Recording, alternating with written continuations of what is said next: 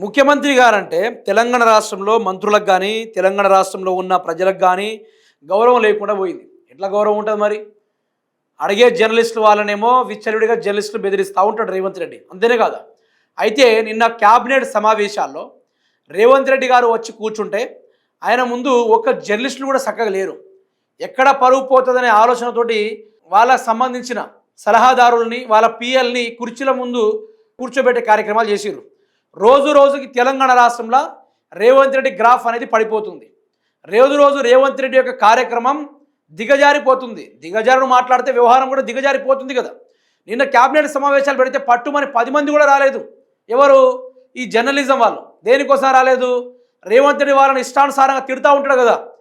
రాయి నువ్వు ఎట్లా నువ్వు టీఆర్ఎస్ ఓడివా, నీ కేసీఆర్ చెప్పి పంపించిండా అని చెప్పేసి వాళ్ళని బెదిరించే కార్యక్రమాలు రేవంత్ రెడ్డి చేసిండు. అయితే తెలంగాణ క్యాబినెట్ సమావేశం అనంతరం జరిగే మీడియా సమావేశాన్ని బైకాట్ చేసిన ఆ జర్నలిస్టులు ఈరోజు ఢిల్లీలో జరిగిన ఎలక్షన్ కాన్ఫరెన్స్కు కొంతమంది అనుకూల మీడియాను మాత్రమే పంపించడంతో ఐ&పిఆర్ పై అసహనం. దీంతో క్యాబినెట్ సమావేశం జరిగే మీడియా సమావేశాన్ని బైకాట్ చేసిన జర్నలిస్టులు. అయితే వీళ్ళేం చేశారంటే వాళ్ళకు అనుగుణంగా ఉండేటోళ్ళే, అంటే తానా అనగానే తందానా అనే బ్యాచ్ ఉంటుంది కదా, వాళ్ళను మాత్రమే వీళ్ళు పిలిపించుకునే కార్యక్రమాలు చేశారు.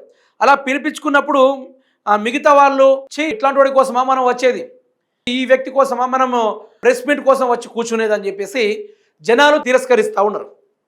కంప్లీట్గా జనాలు తిరస్కరిస్తూ ఉన్నారు. దీన్ని చూసి తట్టుకోలేక రేవంత్ రెడ్డి వర్గం, ఇప్పుడు జర్నలిస్టులు వాళ్ళు చాలా వరకు చదువుకున్న వాళ్ళు, వీళ్ళు ఎడ్యుకేటెడ్స్, వాళ్ళు ఏమేమి అడగాలో అన్నీ అడుగుతారు. ఆ టైంలో రేవంత్ రెడ్డి గారి దగ్గర ఒక సమాధానం కూడా ఉండదు. ఏ పరిస్థితుల్లో కూడా ఇది చెప్పాలి ఇది చెప్పకూడదు అని చెప్పేసి ఏ సమాధానం ఉండదు. సమాధానం లేని సందర్భంలో భయానికి గురి చేసే మాటలు ఉంటాయి తప్ప వేరే ముచ్చట్లు ఎక్కడ చూసిరా మీరు? చూడలేదు. ఇక అతన్ని బెదిరించుడు, రిపోర్టర్లను ఇచ్చేసుడు, ఏ మెయిన్ స్ట్రీమ్ మీడియాకు రేవంత్ రెడ్డి డబ్బులు పంపుతా ఉన్నాడో ఆ మెయిన్ స్ట్రీమ్ మీడియాకు సంబంధించిన ఆ జర్నలిస్ట్ వాళ్ళనే ఆహ్వానించుకునే కార్యక్రమం చేసాడు ఇదే రేవంత్ రెడ్డి.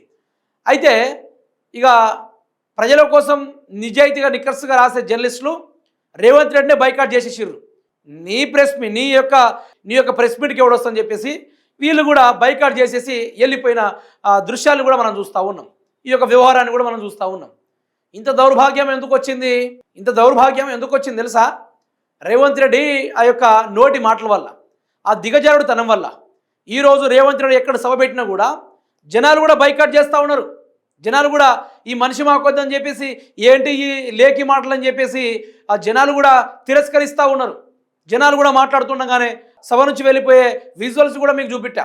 ఆఖరికి పోలీసులు ఆ జనాలను ఆపే సందర్భంలో మహిళలకు బయటికి పోనీయకుండా గేట్లు కూడా వేసి చిత్రహింసలకు గురి చేసిర్రు ఇదే రేవంత్ రెడ్డికి సంబంధించిన వ్యక్తులు. ఇంకా ఎక్కడ విలువ ఉందని రేవంత్ రెడ్డికి? ఢిల్లీలో రాహుల్ గాంధీ దగ్గర విలువలేదు, తెలంగాణ మంత్రివర్గం దగ్గర విలువలేదు, రాష్ట్రంలో గెలిచిన 63 మంది ఎమ్మెల్యేల ముందు విలువలేదు, రాష్ట్రంలో ప్రజానికం ముందు విలువలేదు.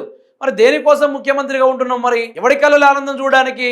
అంటే రేవంత్ రెడ్డి గారు ఈ చేస్తున్న విచ్చలుడి వ్యాఖ్యలకు ఈ జర్నలిజం వారు ఓర్చుకోలేకపోతున్నారు. ఈయన మాటలు, ఈయన చేష్టలు, ఈయన కథలు, ఈయన మాట్లాడే ప్రతి ముచ్చట రకరకాలుగా అయిపోయిందంతా. సీను రివర్సు తారుమారయ్యే కార్యక్రమాలు జరుగుతున్నాయి. అందుకనే తెలంగాణని పడావు పెట్టి, తెలంగాణ మొత్తం ఎండబెట్టి, రాని కరువును నోటితోటే రప్పించి ఎందుకు ఇదంతా? మెల్లమెల్లగా వర్షాలు పడుతున్నాయి, వాగుల్లో వంకుల్లో ఇప్పటిదాకా నీళ్లు సుక్కలేదు. మరి ఆ కాళేశ్వరం దగ్గర నీళ్ళు ఆపి ఈ పంప్ హౌస్లు ఆన్ చేస్తే ఏం మాయారోగం వీళ్ళకి ఏం మాయారోగం అంటున్నా? ఆ నీళ్ళు అందించవచ్చు కదా. ఆ నీళ్ళు అందియకుండా విచ్చలవిడి రాజ్యతనం, దేనికోసం? దోపిడీ రాజ్యం, దొంగ ప్రభుత్వం. ఎందులో కొనడుగుతున్న రేవంత్ రెడ్డి గారిని దయచేసి పనికొచ్చే పని చేయండి, పనికి రాని పనికి మాలిన పనులు మాత్రం చేయకండి. రేవంత్ రెడ్డి గారికి నా వంతు రిక్వెస్ట్ చేస్తా ఉన్నా.